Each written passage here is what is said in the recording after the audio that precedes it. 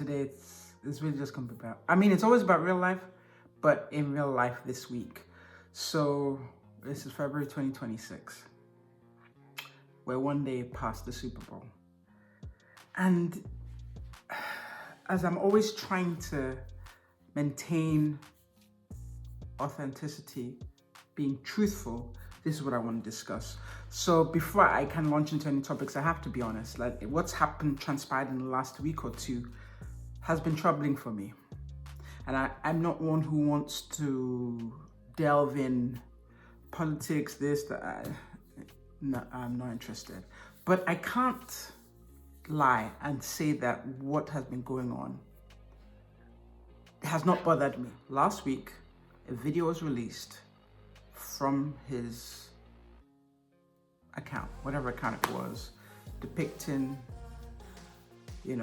my aunt and uncle, or at least snapshotting their head and neck onto a AI-generated body of an animal.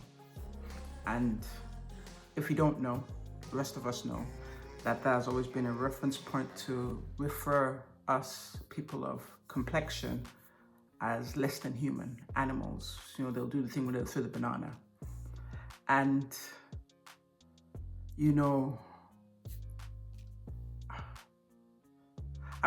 it was disappointing, it was annoying, it was hurtful, it was a couple of things. But the truth is, right, I know that I'm not an animal. I know that they are not animals. But the fact that somebody feels okay to do that without any repercussions or consequences, I think is what was really annoying, troubling to my spirit.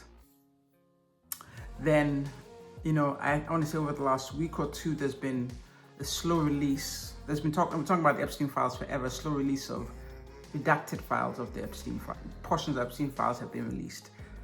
And I mean, there's no confusion as to what's in there.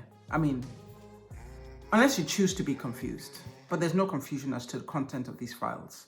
We can go into details. I personally don't want to look at the details so my mind won't be racing, I'm running. And I think the reason why I probably wanted to stay away from this topic, this is that there are people who I have great affection for who support this gentleman. They agree with this gentleman. They think this gentleman can do no wrong. And I use the term gentleman loosely because I don't really see him as a gentleman based on his behavior. And, I think part of the reason why, and I don't think I'm the only one in this dilemma where you may look like me or otherwise, or whatever group that's been, who's feeling this prejudice, where the people you have great affection for, people you care for, people you laugh with, people you like, in this climate that's so divided because of this gentleman, share a different point of view. And there's no problem with someone sharing a point of view, but I think, the question I think we all ask ourselves, right? Is the friend of my enemy my friend? Or is the friend of my enemy? And whichever, direction you choose, then how do you proceed? And so sitting on this information where I have people who agree with this guy, who make excuses for this guy, because even up to the point where I've had people say, oh, well, he didn't release the video. Someone in his staff released the video. It wasn't him. And this is not just an isolated event. And I come from back in the day when a politician had the whiff of a scandal, not even an exact scandal, the whiff of a scandal, they'd be whisked away at night and never heard from again. There's been scandal after scandal after scandal with nothing, just excuses and it could, no accountability. So there's that excuse. And then with the Epstein files, well, now some people say, well, could the Epstein files be, now that he's been implicated, could the Epstein files be real? Could they just be made up? And in all of this, you hear them make the excuses and you still ask yourself, is that how you, because if you support this gentleman, is that how you see me? As less than human? Because his behavior and his attitude treats people who look like myself as less than human. So if you are in agreement with his ways and his rhetoric, do you see me as that? And how should I approach that? And so I've chosen not to speak about it because I've just been like, But something that dawned on me after the Super Bowl, performance was that there was so much noise made about the Super Bowl, like leading up to the show, because the only thing I can think of, Spanish-speaking artist, he's singing all the songs in Spanish and didn't concede to be different or concede to demands to, make it English for the general public. But watching this gentleman, because I maybe know one song, don't know his music very well, but watching him watching him at the Grammys and just kind of seeing him, for just appears to be just, kind. Just, it didn't seem to have any malice or any anger displayed in this time. And after watching his show and kind of looking back at all the outrage to a point where they had to spin another show. I don't know if that's happened in the past where they've had to spin another show because they thought that the Super Bowl halftime show was not suitable. You now want to spin it on another medium. Really is worrying that in this day and age, the level of division is so toxic. It's a little bit scary. And in order not to participate in this level of toxicity, what has been dawned clearly to me is that this one statement, that love will always supersede, override hate. Love will always overshadow hate. So in a situation where I'm around someone I have great affection for, who shares this point of view, I don't have to return their energy. It could just be I will remain myself in that situation, still have the love for them, not, spar or treat them in any subhuman manner, regardless of their view. Because if I choose to, go to that side, then I'm no longer being myself. And I after thinking about it, I have so much peace with that. Because it's like, back in the day, you had a difference in opinion, but it was never so divisive as it is now. It's so divisive now. But I really feel like, love will always overshadow hate. Same thing is in the Bible. Light will always overshadow the darkness. You switch on the light, every speck of darkness vanishes.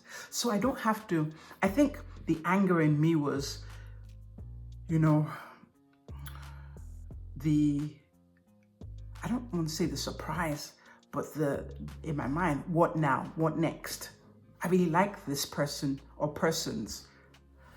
Do they share the same value as this gentleman who time and time again displays, and I don't know if that's his personal view, whatever it is, but on the outside, in order to maintain the level of division, to maintain his control, he constantly comes up with something new to further divide different shades of people, divide different religion, and the other sides are buying into it.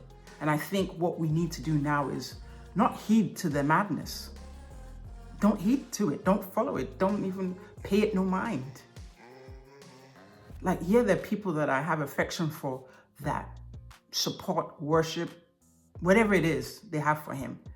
But that shouldn't change how I feel about them or how I will treat them, how I will see them. I will continue to persist and walk in love. And thinking about that, because I was having a conversation with a mentor of mine this afternoon, and I was like, I really don't know how to deal with that situation or deal with the anger as a result of thinking about that situation. And I sat with it after talking, and that just became clear. That love will always overshadow hate. Light will always overshadow darkness. And that is me. I am light. Light on. And it fills me with so much peace. So I say this to offer you the same amount of peace. I'm not the only one in that situation, in this situation where the people you hold affection for support this fellow. As I've made that decision, I have peace and I feel lighter.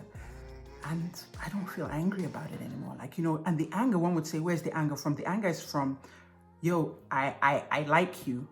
Is that the way you like him? But he doesn't like me or anyone who looks like me or anyone who represents what I represent. Does that mean you share his feelings? But now I'm no longer questioning what your feelings or your position is. My job is not to change your mind or make you think like me, because then you're no longer an individual. My job is just to return love and light. you can do what you need to do. And coming to peace with that decision. I'm good. I'm good.